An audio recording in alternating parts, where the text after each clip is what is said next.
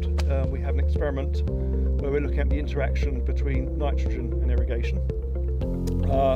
My name is Mark Allison, first of all, and I work at NIAB CUF, and my speciality is crop nutrition. So what we're particularly interested in here is the interaction between water applications, whether it be through rainfall or via irrigation, and also nitrogen applications in the context of looking at things like nitrate leaching, which is obviously a huge environmental importance, but also the consequence of nitrate leaching or nitrate movement in the soil on crop performance and yield.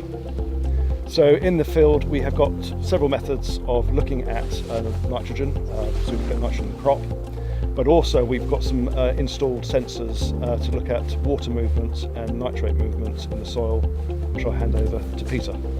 Yeah, my name is Peter Ratjes. I'm with Agrii, and we've then installed soil moisture sensors in this field, which measure the amount of water in the soil at different depths. Basically, that we can, with that sensors, we can actually see if we apply an irrigation, how deep the water is infiltrating into the soil, if the roots are still able to uptake that water, or actually if we are leaching below the uptake capacity of the roots. And basically, leaching water away might actually also take nitrogen with it, so actually we'll be then leaching nitrogen away. And in this case, we've got two applications where we do standard irrigation, where basically we look at soil moisture deficit, that's about 20 millimeters. We top up with 20 millimeters.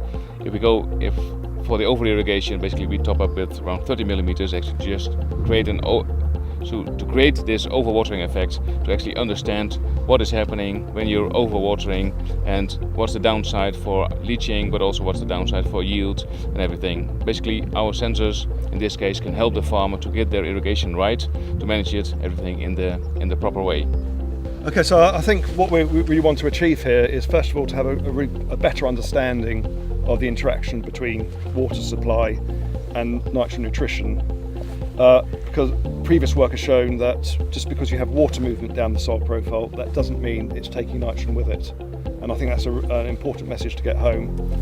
And I guess the other thing we're really working towards is, can we give better advice to growers, better advice to agronomists to actually manage the nitrogen nutrition of their crops better, so we're actually using water and nitrogen much more efficiently.